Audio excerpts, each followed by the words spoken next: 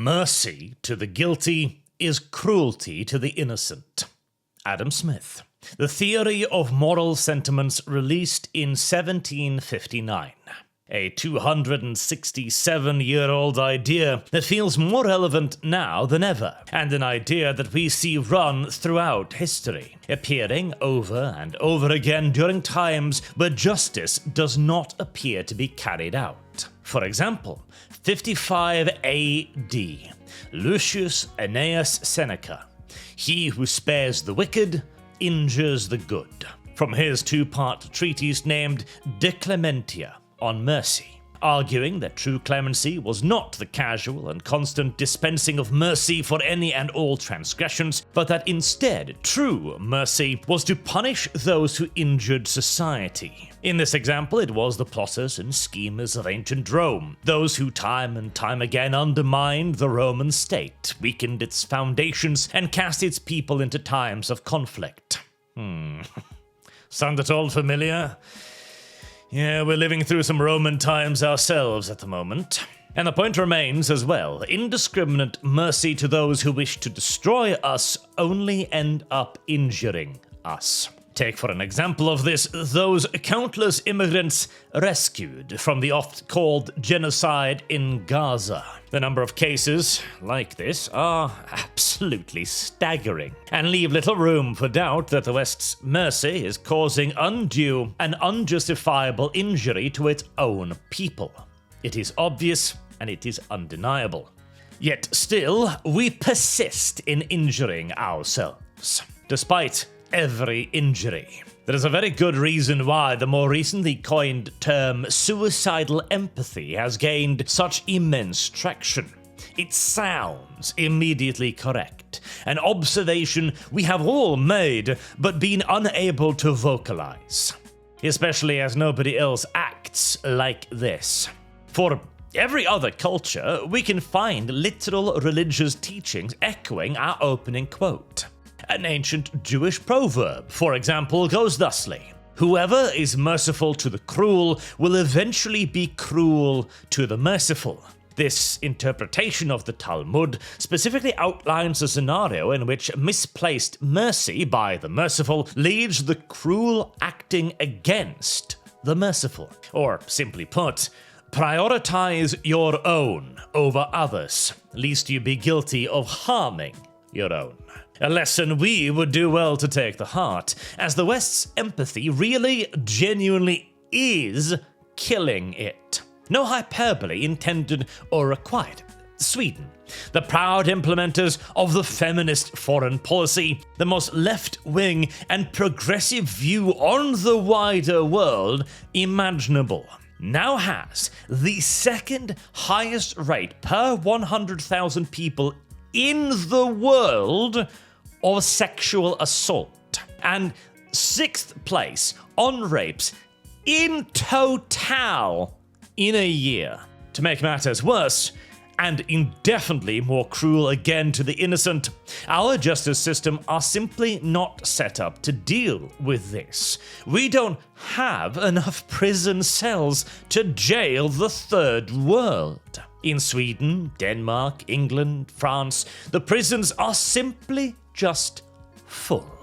We couldn't even punish them if we wanted to, if we had the will, as they are in fact overflowing. In England, they've had to start just straight up releasing prisoners early, not because they have served their time or paid their debt to society, but because there are too many new criminals that must be let in.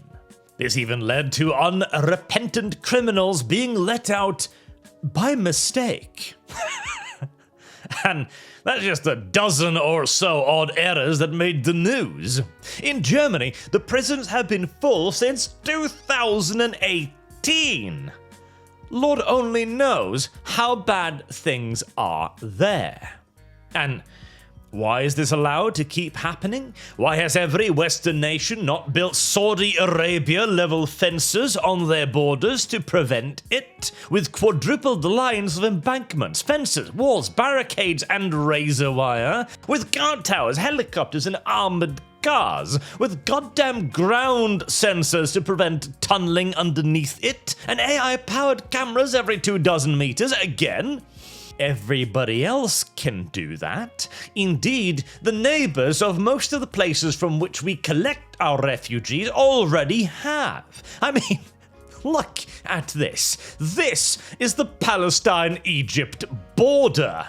It is a literal medieval fortress. No less than 3 separate rolls of barbed wire on the first wall.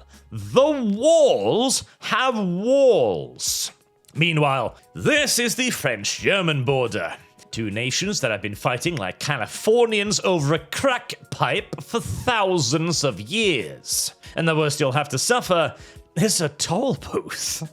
Or, well, actually, it is far worse today, as back in 2024, Germany imposed checks on travelers. That's right, the mighty German Wall, a 6-month-long temporary program where 24 incredibly bored Germans occasionally stopped a car here and there.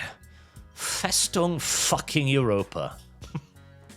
And it is the same everywhere. Here in Norway, our border with Sweden is delineated with white chalk. We as a civilization, as a culture in the West, built nothing but bridges to our neighbors, quite literally, and we have thusly proven without a shadow of a doubt that whoever said build bridges, not walls, was a mental midget worthy only of having his entire gene pool cleansed from the fabric of human history, preferably via the ample application of corrosive badger piss. But to return to the question, how did it get like this? Well, communism. No, really, straight up, communism. Specifically Soviet communism that defined the victim class and the oppressor class, with countless variations and expansions on the concept added on later, of course, culminating in our current day version of intersectionality, which paints whiteness, the most thinly veiled racial categorization in human history, as the universal oppressor class, and all others as its victim class. But returning to the origins of this, we see yet another repetition of our opening quote. Ayn Rand, 1969. Pity for the guilty is treason to the innocent.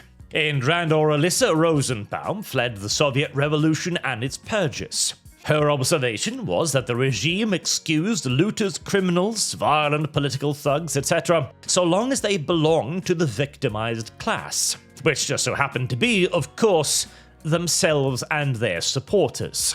This was a ploy to gain power within the country. She was far ahead of the curve at the time, as she realized that this was not a bug, but a feature. This was a political system, an ideology that intentionally encouraged criminal and violent acts on the part of certain groups, by directing them towards a claimed legitimate target.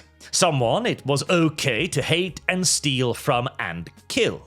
We talked at length about the left wing's inescapable principle of violence just a couple weeks ago, but this comes in addition to that. The inversion of justice is a destabilizing tool intended to undermine civilization like cancer cells eat away at healthy bodies.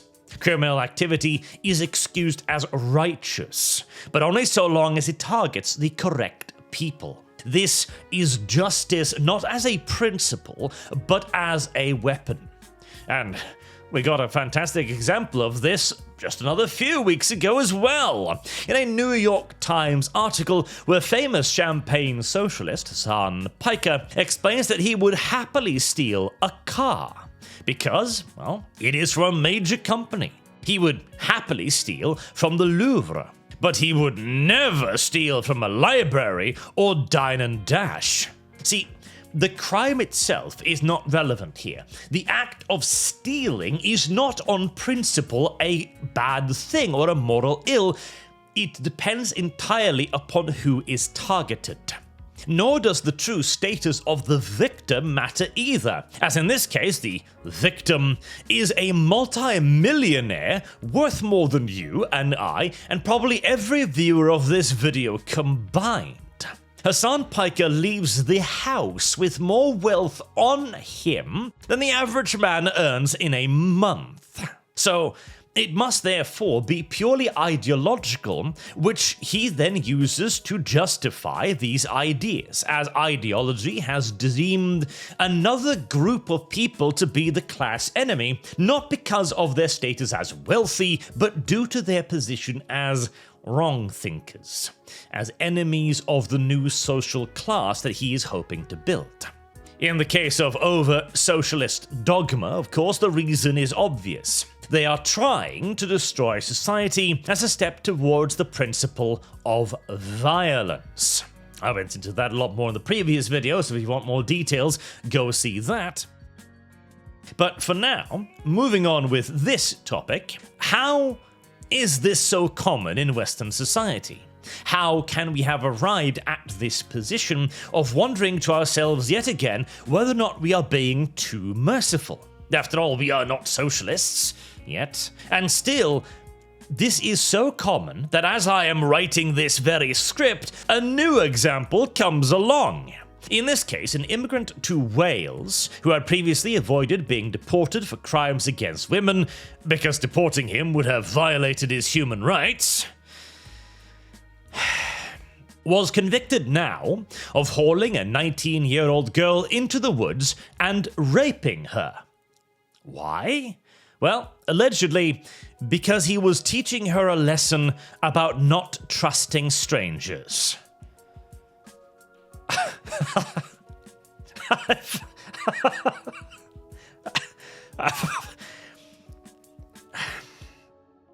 I mean, message received, I suppose, but we might want to narrow down the definition of strangers somewhat, as this is not really something particularly common in your average run-of-the-mill Welsh stranger on the streets. And furthermore as well, it is a perfect example of mercy to the guilty is cruelty to the innocent. The Welsh courts were so afraid of hurting this man's human rights that they inadvertently, but in the end inescapably, decided to violate the woman's human rights instead. If you will forgive my candor for a moment, why do we not just import a colony of bullet ants, construct for them a nice, big and healthy enclosure, then cover this man and many like him head to toe in honey, then deposit him into the enclosure and let nature take its course? Why? Because it would be cruel? It would be not a very nice thing? Is rape no longer cruel? Because I remember a time when it was the cardinal sin. I remember when we needed to redefine men and society as a whole to prevent this crime. I remember a time when no cost, no sacrifice was too great to make. Indeed, anything even resembling unwanted sexual attention from a white guy is still only second to mass extermination on the sinometer. There was a fascinating example of this in the UK Parliament very recently. Behold. Rupert Lowe. Thank you, Mr. Speaker. Women all over Britain, including in my constituency of Great Yarmouth, primarily on King Street, feel intimidated, harassed and abused in their own town centres. Disproportionately, this unacceptable behaviour is committed by young foreign men imported from cultures and religions that treat women like dirt on the bottom of their shoe. Will the Minister today commit to a national audit of street harassment, intimidation and sexual offending by nationality and immigration status so the British people can finally see the scale of the problem? Sarah Sturt. Here we go again, Mr. Speaker. I note that an investigation by a KC into the Honourable Member's conduct concluded that there was credible evidence that he had mistreated two female members in a way that, and I quote, Mr. Speaker, in a way that seemed to amount to harassment. I don't want to hear anything from him about violence against women and girls or harassment. So, that was Bridget Phillipson, the Minister for Women and Equalities, which is the rough equivalent title to Sheep and Predator Coexistence Marshal. She does not refute that foreign-born men might have different views on women than the English do, nor that harassment is happening.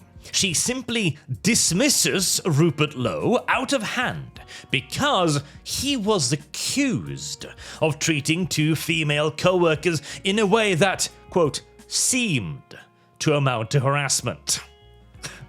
Right? It sure is fortunate that the UK has nothing worse to worry over than seeming harassment. Otherwise, this entire deflection might seem to be incredibly cruel and callous. But okay, rape is no longer all that serious of an offence, evidently. I mean, at least the previous example got jail time a whole 17 years in prisons already far above capacity, so it's likely to only see about half of that, if not less.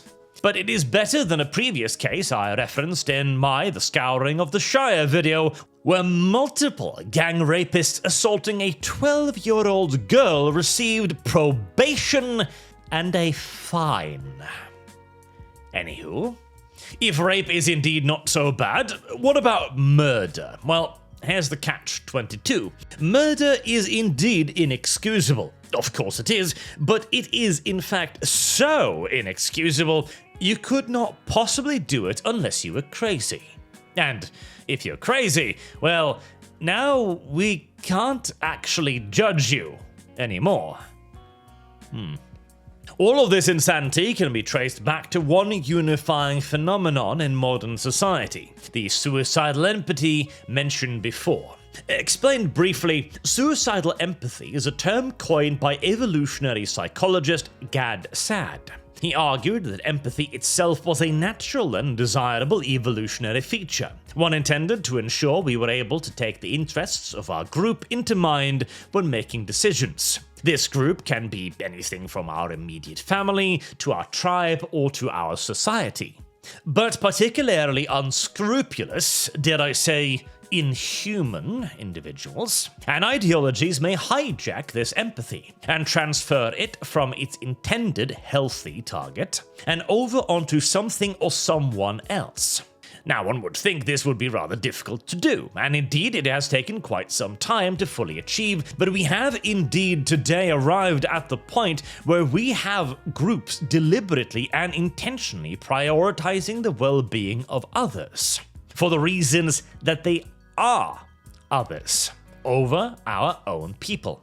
It is that other part that is of particular importance here. Take this case in Norway. A 21-year-old Syrian immigrant raped a 13-year-old girl in a bicycle garage. Open and shut case, one would think. So, all we need to worry about then is the penalty, which for this case, when involves a minor, is a maximum of 10 years in prison. So, one would think, 3-5 years would already be a very lenient sentence, right? Assuming also that there were no further aggravating circumstances like threats or violence. The offending man received 6 months in prison. 6 months. From a potential max of 10 years. How does this make sense? Well, you see, the man's IQ, and no, I am not kidding here, was measured by a forensic psychiatrist to be 41. Let me repeat that for you. 41. This was assumed to be impossibly low, and so was later upgraded to a whopping 64 to 75 during the main hearing. This meant that, legally speaking, he was suffering from mild mental retardation. Thus, he could not be held to the same standards as a regular man. He was legally too stupid to understand our laws. How could any functional society ever allow such a person to come into our country, much less so allow him to simply wander the streets? The only reasonable answer to that question is that Gadsad is onto something. We have fetishized the other to the point of outright ludicrous preference over ourselves. And this in turn leads to direct harm.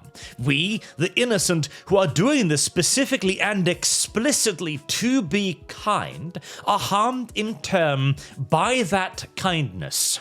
This extends even beyond the legal system and into wider society as well, of course. We are taught from a very young age that to discriminate against others is the worst sin and utterly inexcusable. It is the lowest of the low form of behavior. We must never, under any circumstances, believe that there are any observable differences between us and the 41 IQ Syrian man.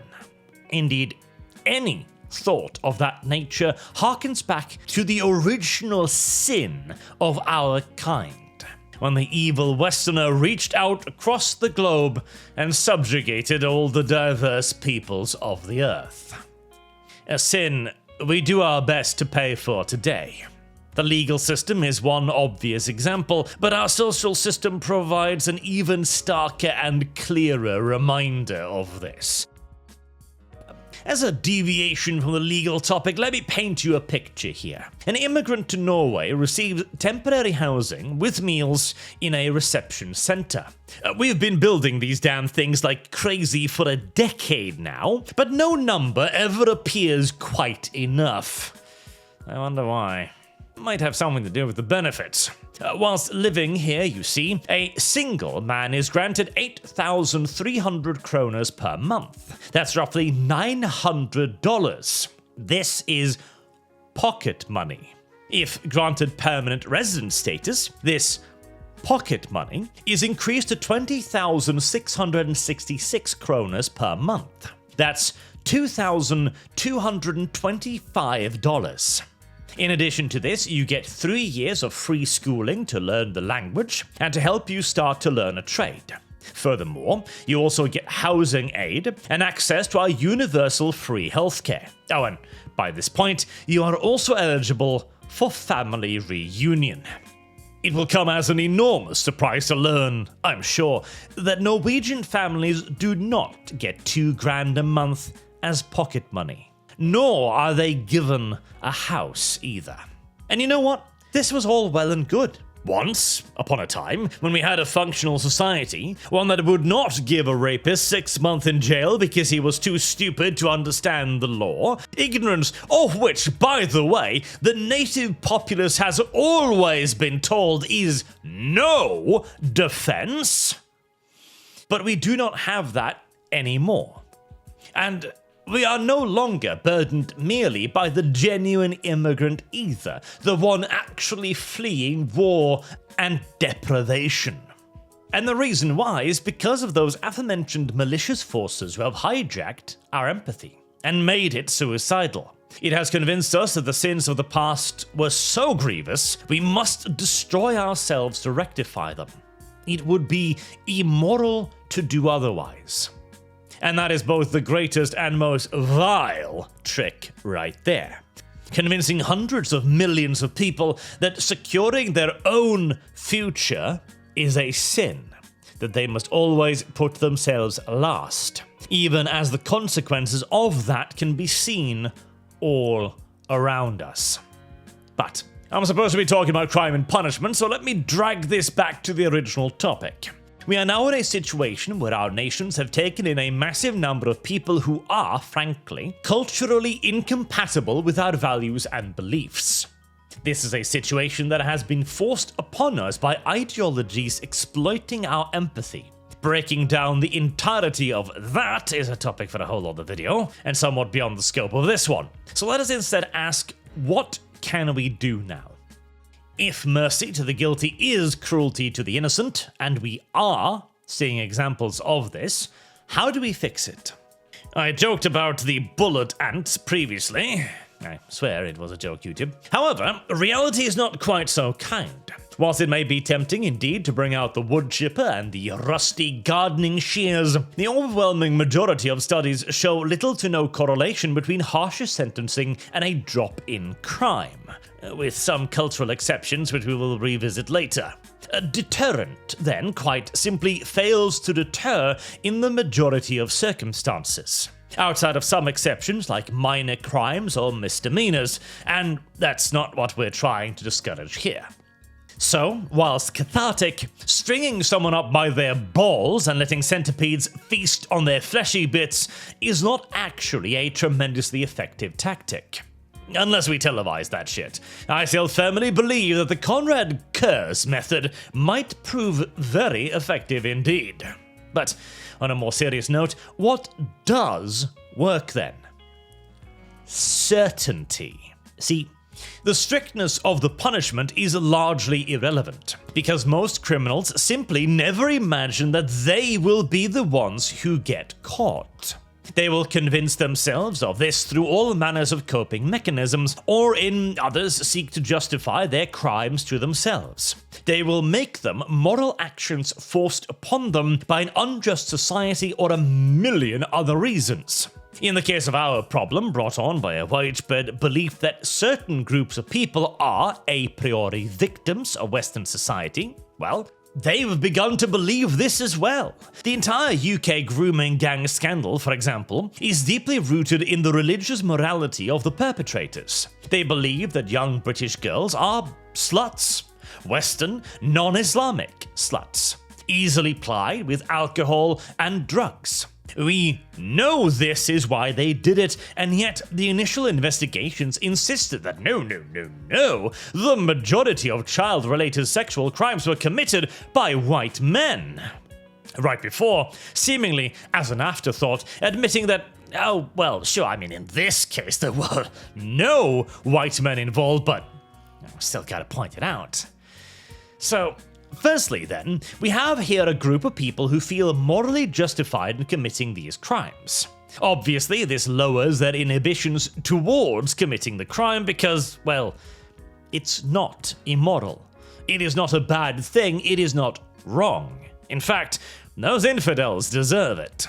With inhibitions already lowered, then, the only real remaining question is not the potential punishment for why should someone doing no wrong think of punishment? If you're not going to get caught for it, and if you indeed did nothing wrong to begin with, why would you ever even spare that a thought? Instead, the most pressing thought is, will consequences be enforced upon me at all? Or more precisely, will I get caught? Because this skips over the justification. Sure, if you are doing no wrong, then you need not fear any just punishment, but that does not mean that an unjust punishment won't be enforced upon you by the evil British non-Islamic regime who hates you merely for your religion, and not any of the other things. So, the will I get caught question. The closer that answer is to yes, the lesser the chance of the person trying something criminal is. In Britain, however, that certainty was near null. The police were extremely hesitant to get involved in crimes that were perpetrated overwhelmingly by certain protected ethnicities. Even when measures were taken to investigate crimes, the nature of the community in question made this investigation extremely difficult. And even if they did get caught, the police could be relied upon to muddy the waters. In Rotherham, for example, the police omitted mentioning the suspect's ethnicity in 67% of cases. And the final ingredient? There was no appetite, and there still isn't, for measures targeted at stopping these crimes. Why? Because these measures are racist. Necessarily so. The best way to increase the certainty of catching a criminal, thus increasing deterrence in turn, when the predominant culture and ethnicity of the people committing that crime is known, well, it is to actively target that group. Having an active police presence in that group's area, interrogating members of the group, increasing the number of actions against the group, literal racial profiling, is the most effective answer. Because, well, you will simply be where the crime is taking place. Without it, not only are the offenders feeling justified in their actions, they are also confident that the state will not take action against them, leaving precious few barriers in between thinking about it and doing it. So, if the brand new Britons are treated with such leniency to the point of literally covering up child sex rings, what about everyone else? Does Britain perhaps simply just have a remarkably incompetent constabulary? Are their low conviction rates and the low appetite entirely to blame on the fact that the entire police force is nothing but grade school rejects that were tossed out of every institution imaginable and can now be relied upon to do nothing except stand still and breathe at the same time? No. Tragically, that is not the case, because in other fields, the British Bobby is quite zealous indeed. You know what's coming next, of course: hate crimes. Oh yes, the beat cops of Britain may not be arresting a whole lot of rapists, but they are pulling in thousands of hate crime suspects every quarter. And guess what? Out of all crimes, hate crimes has the highest turnover from report to actual felony charge at 86.1%. Once the Black and Blues have found your Twitter account, they are not letting go till you see the inside of a courtroom, mister. And once there, hate crimes also have the highest conviction rates as well, at 85.8%. Contra a 49.1% conviction rate in rape cases. I feel now the urge to repeat the old mantra: the purpose of a system is what it does.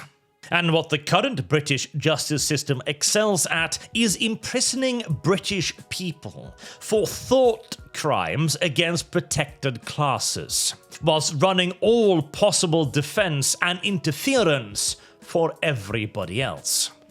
Anyways, this specific depressing topic can only be solved by far more wide-reaching societal changes. Again, somewhat beyond the scope of this video, so let us instead move on to the punishment part of the question.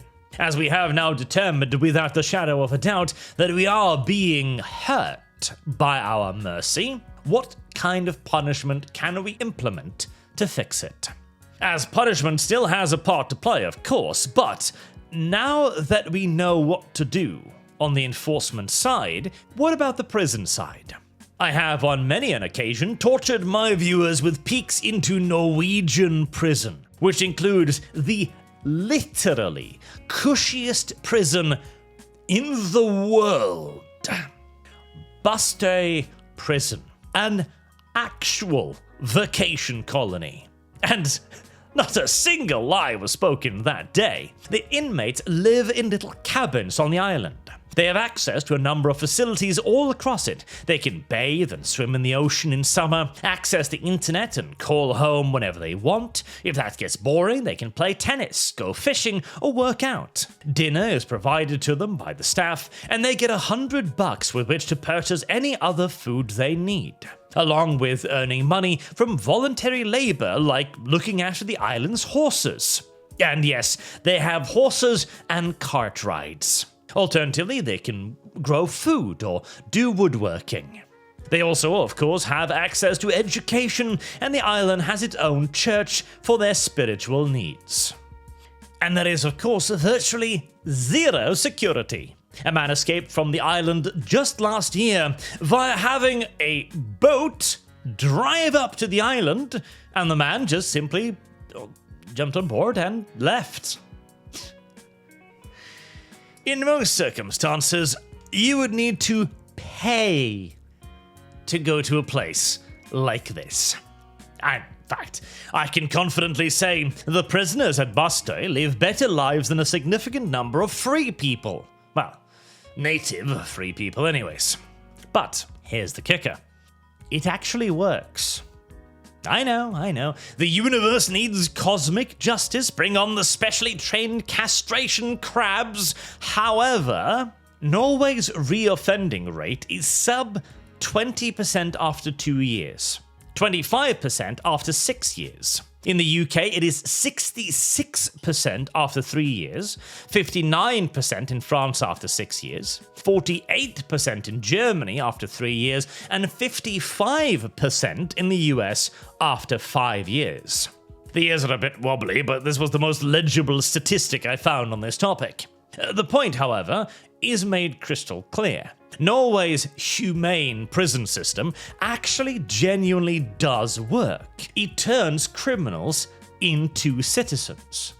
So, we should just send the Pakistani rape gangs, the Asian rape gangs, to kindergarten, and simsalabim, they're no longer touching kids.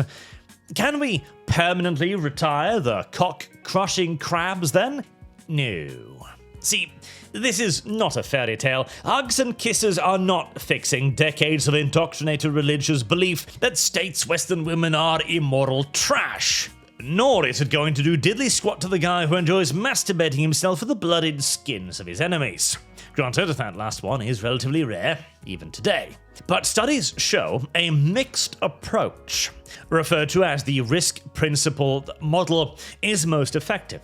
Put simply, this means that if you have a low-risk offender, a dude caught for stealing the proverbial apple to feed his starving baby brother, a criminal by circumstance, more so than by choice, and who genuinely did not want to commit the crime, he should receive a punishment of a primarily corrective nature. Put him in a nice jail, meant mostly to simulate a slightly less free college life, and teach him a trade. Less so because he's going to find a booming hobby horse production market back on the outside, but to teach him the feeling of mastering something. Give him the tools required to survive without grabbing apples from the supermarket. This has proven to be incredibly effective in a nation like Norway, where the majority of our highly homogeneous population's crimes are minor crimes, caused by issues that are relatively simple to resolve. In the case, however, of a dude who's deep in the criminal system, either due to long-term association or because of general criminal inclinations like a lack of empathy or social skills, or more pressingly for our previous examples, socially incompatible views and beliefs, sending them to summer camp is not going to work. In fact, mixing the high and low risk offenders together in the same programs have a near universally negative effect. The recidivism rates of low-risk inmates have shown to be more than doubled if they are placed into the same programs and alongside the hardened inmates. They literally become radicalized due to the strident beliefs of the more criminal elements. In this case, one bad apple really does spoil the barrel. Instead, high-risk inmates must be placed in an environment that combines rehabilitation practices, primarily aimed at things like drug addiction or association with criminal elements today, with the promise of genuine punishment. Even softer sponge Norway does this, with the opposite of Bastøy being Ullesmo prison, a far more traditional prison with solitary isolation cells and a greater degree of separation between the inmates and the guards. They are given significantly less freedom, and that deprivation of freedom is a big part of the punishment. Carrot, an actual vacation island with fucking horse cart rides, contra the stick, shitting in a hole in the floor as the cold concrete walls close in on you. To put it yet blunter still, whilst rehabilitation is always the goal, otherwise we might as well just start popping people, Schindler's List style, that rehabilitation needs to have teeth. And far more pressingly in today's society, it needs to recognize that we have different issues to deal with merely than drug addiction or criminal association. Our rehabilitation must be far more culturally sensitive, and simultaneously insensitive with a bite. In the England case, for example, if you're faced with a man who thinks it is okay to sexually assault children because they're the wrong religion, no quantity of, but sir, that is not true Islam. Allow me to tell you the Western interpretation of your religion, or all cultures are beautiful.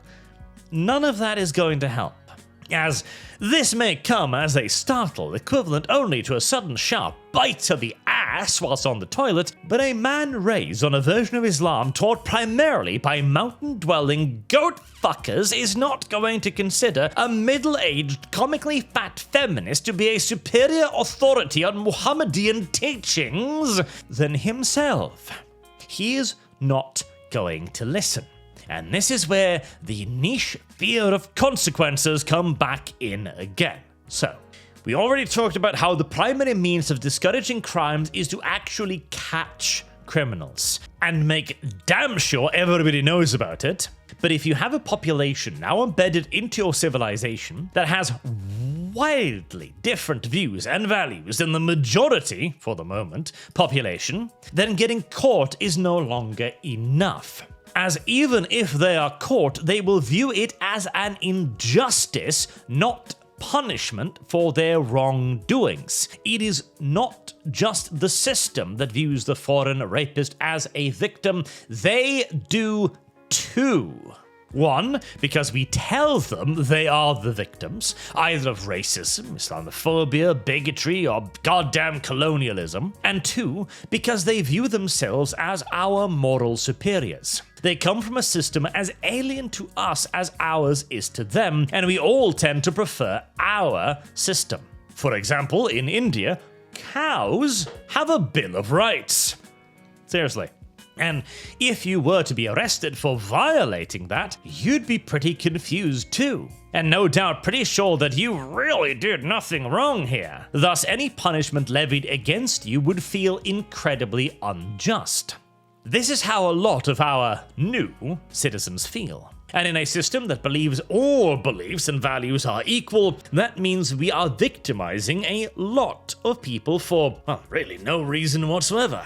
Luckily, I do not believe that. I believe instead that what we need is a system that digs into what the criminal actually believes and then corrects them with strident measures until what they believe conforms to where they live. Because if you do not, then suicidal empathy, leading inevitably to insanely lenient sentencing, completely undermines deterrence and rehabilitation. If immigrant offenders get mercy without accountability, only the innocents pay.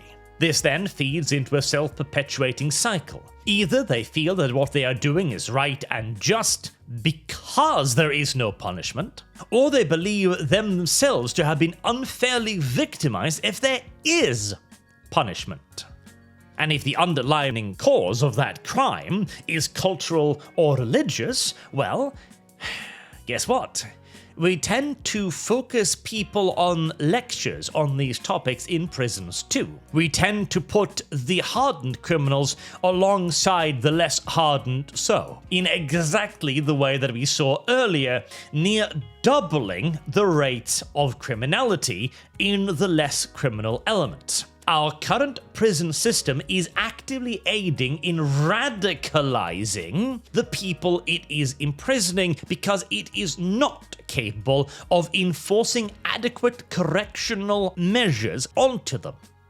And so either way, yet again, the innocent will inevitably be the one who ends up suffering, proving our original point. Mercy to the guilty is cruelty to the innocent.